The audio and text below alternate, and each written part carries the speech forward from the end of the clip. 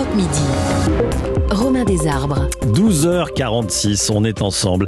C'est la fin du quoi qu'il en coûte, mais le chéquier reste quand même à portée de main du gouvernement. Et vous allez comprendre, Jean Castex va dévoiler un plan à quelques milliards d'euros cet après-midi.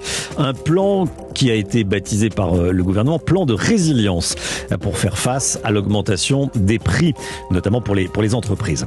Est-ce que le gouvernement aide assez les Français et les petits patrons qui tirent la langue? J'attends vos appels et vos témoignages au 39 21 et sur les réseaux sociaux comme Facebook. Est-ce qu'il faut aider plus les petits patrons? Tiens, Yann Brossat. Oui, bien sûr, les petits patrons ont besoin d'être aidés parce que l'augmentation du coût de l'énergie, c'est une charge qui est extrêmement lourde pour eux et donc ils doivent être soutenus parce que derrière, c'est indispensable pour soutenir l'emploi dans notre pays. Donc avec Fabien Roussel, nous sommes favorables à une politique qui vise à aider les petits patrons. Je l'assume. Dont vous êtes le directeur de campagne. Absolument. Vous êtes directeur de campagne du candidat communiste. Donc même chez les communistes, on dit oui, on aide les patrons. Absolument. Les petits patrons méritent d'être soutenus largement. Stanislas Rigaud, avant d'être en direct avec nous, Mathieu. c'est très simple. Nous, on est là, on est pour bloquer les prix à 1,80 € et plus globalement sur la politique liée à l'énergie, prix de l'essence, le prix de l'essence. Nous, on veut faire comme, vous savez, dans les villes urbaines, on a accès au pass Navigo qui prend 50%. Notre employeur peut prendre 50% de ce pass Navigo et nous, on veut faire pareil. Ça, c'est en Île-de-France. C'est en Île-de-France et aussi dans certaines villes comme Lyon, mais je dis peut-être une bêtise. Et on veut faire pareil, nous, avec les employeurs qui pourront prendre 50% des pleins d'essence, des gens qui vont travailler le matin. 70% des Français prennent leur voiture pour aller travailler. Et nous voulons les aider à tirer les aimants de ce côté-là. Et nous sommes évidemment aussi du côté des petits patrons qui travaillent dur. Et on est évidemment dans une optique de méritocratie, du travail qui mérite un salaire. Éric Zemmour propose le blocage du prix de l'essence à 1,80 €. Fabien Roussel à 1,70 €. Oui, nous sommes favorables effectivement au blocage du prix de l'essence à 1,70 €. Mais surtout, on a un problème structurel. Le problème structurel, c'est le poids des taxes dans le prix des carburants. C'est ça le vrai sujet. Et d'ailleurs, ce qui est dégueulasse aujourd'hui, c'est que l'État se gave grâce à l'augmentation ou à cause de l'augmentation du prix de l'essence. Et donc, il faut passer à une taxe flottante, ce qui a existé d'ailleurs. Quand Lionel Jospin était Premier ministre, il y avait une taxe flottante sur l'essence, c'est-à-dire quand le prix du baril augmente, on baisse les taxes, et quand le prix du baril baisse, on les augmente un peu. L'objectif, c'est de stabiliser les choses et d'éviter qu'on ait une telle volatilité du prix. Où est-ce que vous trouvez l'argent? On parlait de la Corse tout à l'heure. Vous dites oui, il faut plus de services publics, il faut mettre plus d'argent là, il faut mettre plus d'argent là. Et vous dites, il faut baisser les taxes. Je vous le dis, mais ça je vous le dis, tombe pas du ciel. Cache pistache et très simplement, vous avez aujourd'hui des compagnies pétrolières qui se gavent. Regardez Total.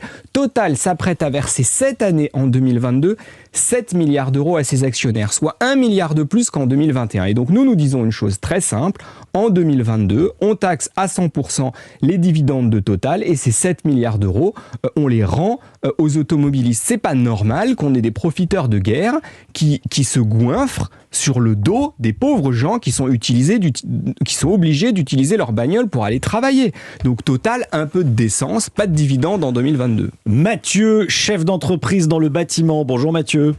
Bonjour. Merci beaucoup d'être en direct avec nous. Vous êtes dans quelle ville, Mathieu ? Je suis en Mayenne. En Mayenne, d'accord.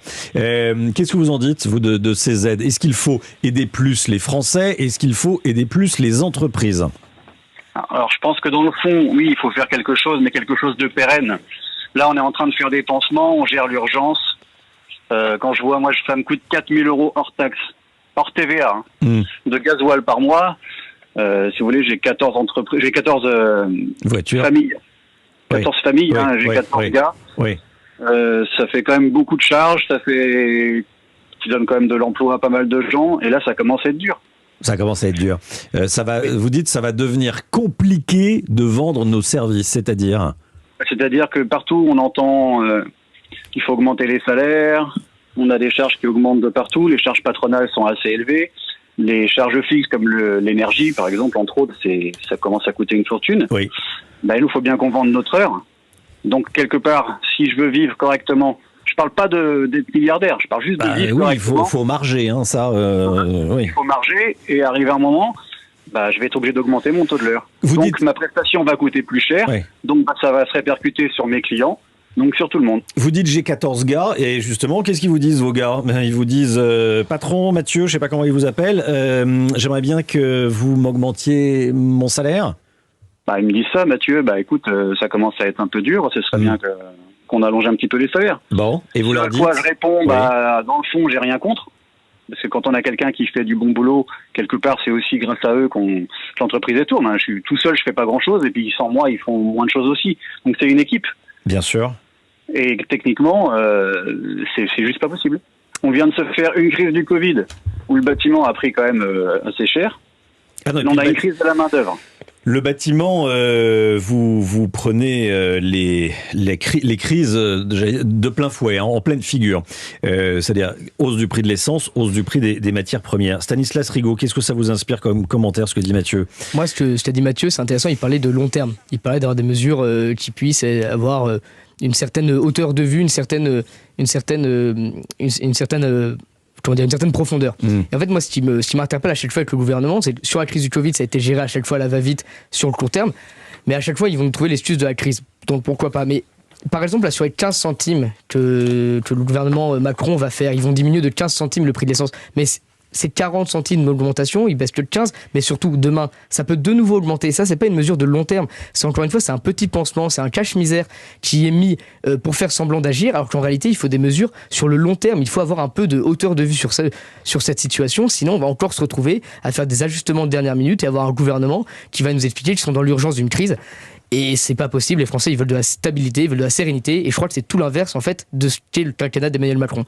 Un quinquennat d'instabilité et de mesures prises à la va-vite. Charles, retraité à Agen. Bonjour Charles. Bonjour à tous. Vous avez 60 ans. Vous étiez dans qu'est-ce que vous exerciez comme métier? J'étais dans le militaire. Militaire. Voilà.